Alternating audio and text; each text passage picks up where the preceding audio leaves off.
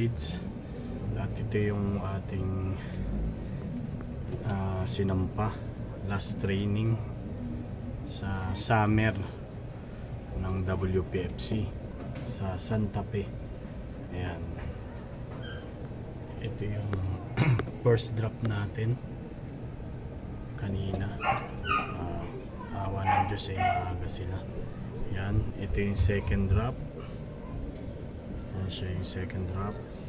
At ito naman yung third drop natin sa Santa Fe, Nueva Vizcaya. Last training ng summer na palaro ng WPFC. Ito, yan. At ito naman yung ating pang fourth drop kanina. Anim yung ating nilalaro. Siya yung pang fourth drop. Yan. Yan, ito naman yung ating pula pang fifth drop. Yan. Sa Santa Fe, Nueva Vizcaya. Ayan, ito naman yung ating pang-anim. Kaya kompleto tayo. Ito yung medyo nahuli. At tuwing training ay lagi siyang nahuhuli. Tumating yan. Sana ay kung lolobin ng Diyos sa Biyernes, derby na. Limutan ko lang yung kung saan yung first lap. Ayan. Ayan yung pang 6th drop. At meron rin naman tayong sinampa sa south naman ng Bitaw sa Tagkawayan.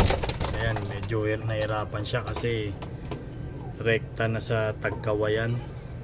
Ito yung umuwi ko ng Pulanggi. Tatlo yung sinampa natin.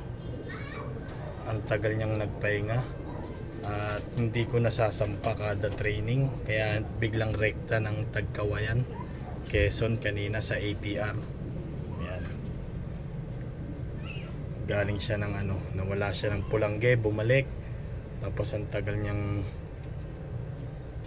napahinga, hindi ko pa nasampa ng mga training. Tapos rekta na ng Tagkawayan, buti umuwi. Salamat sa Diyos yan. At ito naman yung isa sa tatlo na sinampa natin. Yung isa yung sinali natin sa fundraise, hindi siya nakauwi. Ito naman ay nawala ng Sorsogon nung SDR. Ngayon rekta rin siyang sinampa sa sa Tagkawayan, Quezon. Nahirapan din siguro, pero siya yung first drop.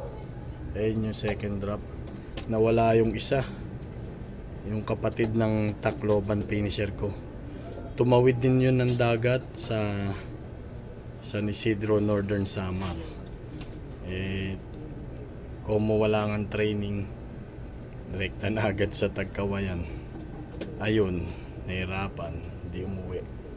Sana umuwi pa siya loobin bukas para tatlo pa rin sila.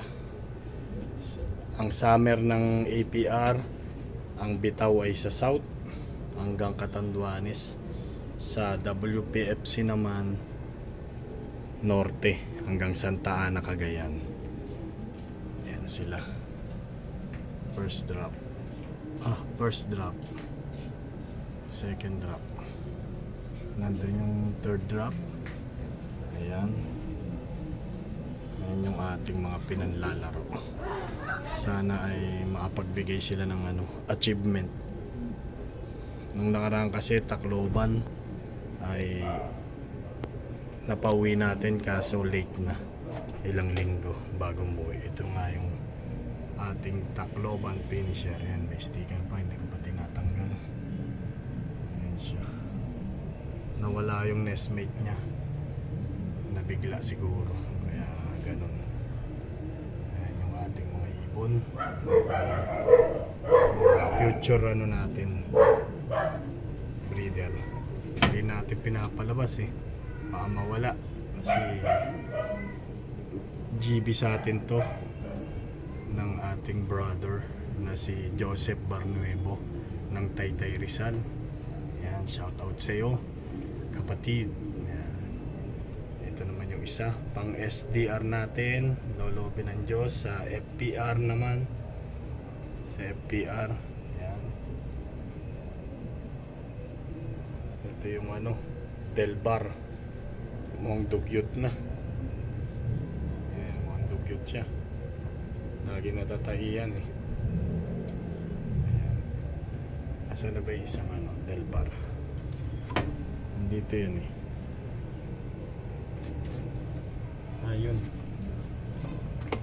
Ito siya, yung isang Del Bar.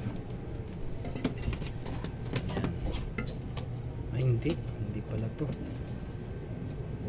Labi na ng ibon, hindi na natin alam po sino. Ito yung Del Bar, yung isang Del Bar yan. Malaki na siya.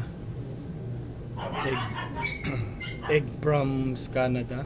Napapisa natin, dalawa yan. Nandun yung isa, yung pinakita ko nung una. Ayan, malaki na siya, future breeder natin. Tignan natin kung titira yung mga anak dito sa Pilipinas. Ayan mga kalapatids, at pinakita natin yung ating panlaro ngayong summer. At sana loobin ng Diyos ay makapagtapos.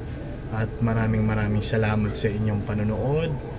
At huwag niyong kalimutang i-like, share at subscribe ang ating YouTube channel. At maraming salamat. God bless you all. Bye bye.